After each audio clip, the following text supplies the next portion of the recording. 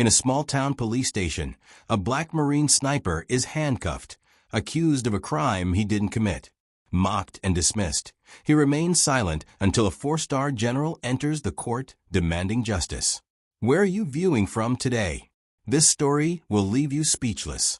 Lance Corporal Jamal Carter, a 24-year-old Marine sniper, leaned against his rental car on a quiet road outside Fayetteville, North Carolina. His blue dress uniform, ironed for a friend's wedding, gleamed in the streetlights. Freshly returned from a tour of duty in Afghanistan, Jamal was home to celebrate, not fight. But the red and blue lights flashing in his rearview mirror told a different story. Two local police officers, Officers Daniels and Reed, approached. Hands in the holsters, come out. Hands up, Daniel shouted. Jamal obeyed his firm voice. I'm a Marine, sir. I'm just heading to a wedding. Reed smirked, taking in Jamal's black face and military insignia. Sure you are. Whose car is this? It's a rental, officer, Jamal said, pointing at the papers in the glove compartment. My ID's in my wallet. Daniels snatched the ID, tossing it to Reed. Jamal Carter. This car was reported stolen. Jamal's jaw tightened. That's a mistake. I rented it yesterday at Raleigh, Durham. Reed laughed. Good story. Turn around. Hands behind your back. Before Jamal could protest, the cold steel handcuffs clicked around his wrists. You're under arrest, Daniel said. I'm a Marine, Jamal repeated, his voice calm but firm. Check my service record. Rich shoved him toward the patrol car. Save it for the judge, hero. At the station, Jamal sat in a holding cell, his dress uniform crumpled. The weight of humiliation heavier than the handcuffs. Daniels leaned against the bars, smirking. Marine sniper. Probably. You stole that uniform too. Jamal remained silent, his training kicking in. Focus, hold on, wait. His confiscated phone had a number he needed. His father, General Marcus Carter, a four-star general at the Pentagon. Growing up, Jamal idolized the quiet strength of his father, a black man who had risen through the ranks against all odds. Never let them break you, son. Marcus always said, your truth is your weapon. Jamal's only call was to his sister Aisha, a 21-year-old law student at Howard University. Aisha, it's me, he said quietly. I'm locked up in Fayetteville. Wrongful arrest. Tell Dad. Aisha's voice shook with fury. They did what do I call him now? He hung up, dialing Marcus in his office. He says, Dad, Jamal has been arrested. They think he stole a car. He's in his dress uniform for God's sake. Marcus's voice was steely. I'm on my way. Tell Jamal to hang in there. He grabbed his coat, the stars twinkling on his shoulders, and called his assistant. Get me a military transport to Fayetteville now, and get the service record for Lance Corporal Jamal Carter. Every decoration, every mission. Back at the station, Daniels and Reed processed Jamal, their skepticism dripping. Fancy uniform doesn't mean you're clean, Reed typed. The desk sergeant, an older man named Hees, frowned. Kid's got no record, says he's a Marine. Why not verify? Daniels sneered. He's cheating on us.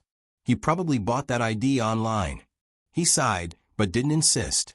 Jamal, listening, kept his eyes on the ground, his sniper's patience unwavering. He knew his father was coming, and when Marcus Carter arrived, heads would roll. Outside, Aisha arrived at the station, her law books tucked under her arm. I'm here about my brother, Carter said to Hayes. He's a decorated Marine. This is a mistake. Daniels smirked from his desk. Another Carter. What? You re a general too? Aisha's eyes narrowed. You'll find out soon enough. She sat sending update messages to Marcus, who was now airborne, his transport slicing through the night sky. The rental company contacted by Marcus's assistant confirmed the car was legitimately rented to Jamal, exposing the cop's error. But the damage had been done. Jamal's honor was on trial. Morning brought Jamal to a court of Fayetteville was packed. Their handcuffs were exchanged for a bailiff's grip. The judge, a stern woman named Ellis, reviewed the grand theft auto charges. The prosecutor, a young man named Whitaker, leaned into the stolen vehicle narrative, ignoring Jamal's military ID. The defendant claims to be a Marine, Your Honor, But we have no verification, Waker said. Yamal's public defender, an overworked woman named Ms. Lopez, argued, "My client has no criminal record, and the rental company is clearing this up." Judge Ellis sighed.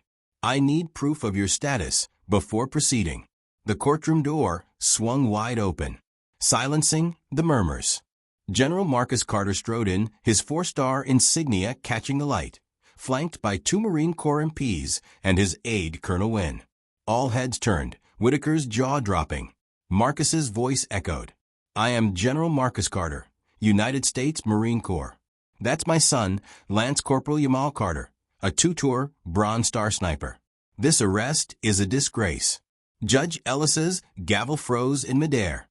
"General Carter, this is very irregular," Marcus interrupted, handing Wynn's tablet to the sheriff, along with his service history, rental agreement, and a statement from Enterprise confirming his error. "My son is not a thief." The court buzzed as Ellis reviewed the documents. Daniels and Reed, sitting in the back, paled. Marcus turned to them, his gaze icy. "Officers handcuffed a Marine based on a hunch. They didn't check your ID, your background, or the rental company." Why did Daniel stutter? "We received a report." Marcus's voice sharpened. "A report they didn't verify. They saw a black man in a nice car and assumed the worst." The room fell silent, the weight of his words sinking in. Judge Ellis cleared her throat. "The charges are dismissed. Mr. Carter, you are free to go." The bailiff untied Gamal's handcuffs, and he stood up straight, saluting his father. Marcus waved back, then hugged him. "I'm proud of you, son. You stayed strong." Aisha's eyes were filled with tears. "I told you Dad would fix this." To the court, Marcus continued, "This isn't just about my son. It's about every black man tried before being heard. I am filing a formal complaint with the Fayetteville Police Department and expect a public apology." Outside, reporters crowded around, cameras flashing. Marcus confronted them, Yamal and Aisha at his side. "My son served his country with honor, yet he was treated like a criminal because of his skin. We demand accountability not only for him, but for everyone who faces this." Daniels and Reed, slipping out a side door, avoided the press, their careers in jeopardy. The police chief contacted by Marcus's office promised an investigation and anti-bias training. Days later, the Fayetteville Police Department issued an apology citing procedural errors in Yamal's arrest. Yamal returned to his unit, head held high. The wedding she had missed was rescheduled with Marin in attendance. Inspired, Aisha took pro bono cases for wrongful arrests. Marcus, back at the Pentagon, pushed for military ties to local police departments, ensuring that no service member would face this again. The Carters' stance spread, sparking conversations about fairness and respect. Jamal Carter's handcuffs were a mistake, but his courage wasn't. With his father's stars behind him, he turned humiliation into a call for change. The Fayetteville apology was a start, but the Carters' struggle reminds us, honor doesn't need a uniform to shine, it needs a voice. How often do we judge before we know? Yamal's story challenges us to see the truth beyond the surface. If this touched you, hit the like button and subscribe for more stories of justice and resilience.